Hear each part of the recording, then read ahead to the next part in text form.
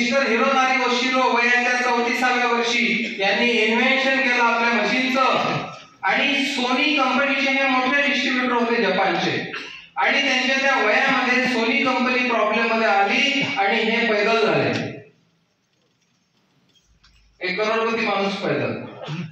मग जेव्हा यांनी मशीनचा शोध लावला, यांच्या डोक्यात होत असते, यांनी असा प्लॅन डिझाईन केला की आता माझ्यासारखी कोणाला वेळ आली नाही पाहिजे, आणि म्हणून एक पेटेंटेड प्लॅन डिझाईन केला मिस्टर हिरोनारी ओशिरो यांच्यामुळे आज आपण इथं बसलेलो आहोत. 500 लोकसंख्येच्या गावात त्यांचा जन्म झालेला आहे जपानमध्ये.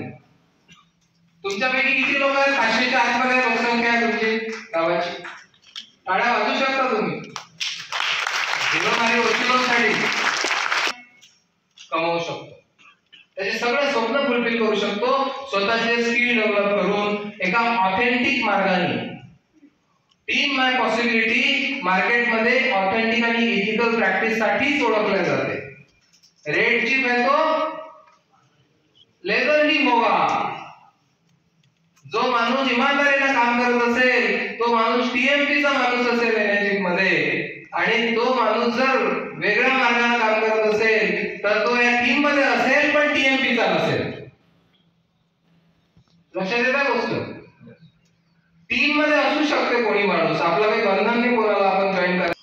नंतर पैसा आणि सोबत मनशांती या कॉर्पोरेट फिलॉसॉफीवर आपली कंपनी काम करत है. मनुष्य का सबसे सच्चा साथी उसका स्वास्थ्य है. जिस दिन स्वास्थ्य छोड़ता है मनुष्य हर रिश्ते पर बोझ बन जाता है.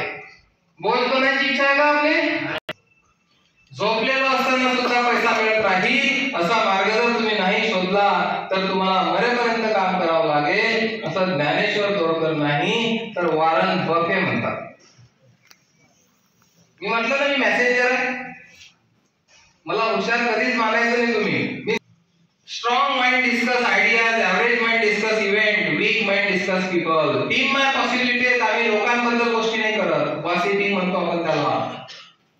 कोणीही पाठीमागं आमच्या टीम मध्ये कोणाबद्दल बोलत नाही असं माझा अनुभव आहे. कोणी बोलत असेल तर त्या व्यक्तीला अजून स्वतःवर काम करण्याची गरज आहे.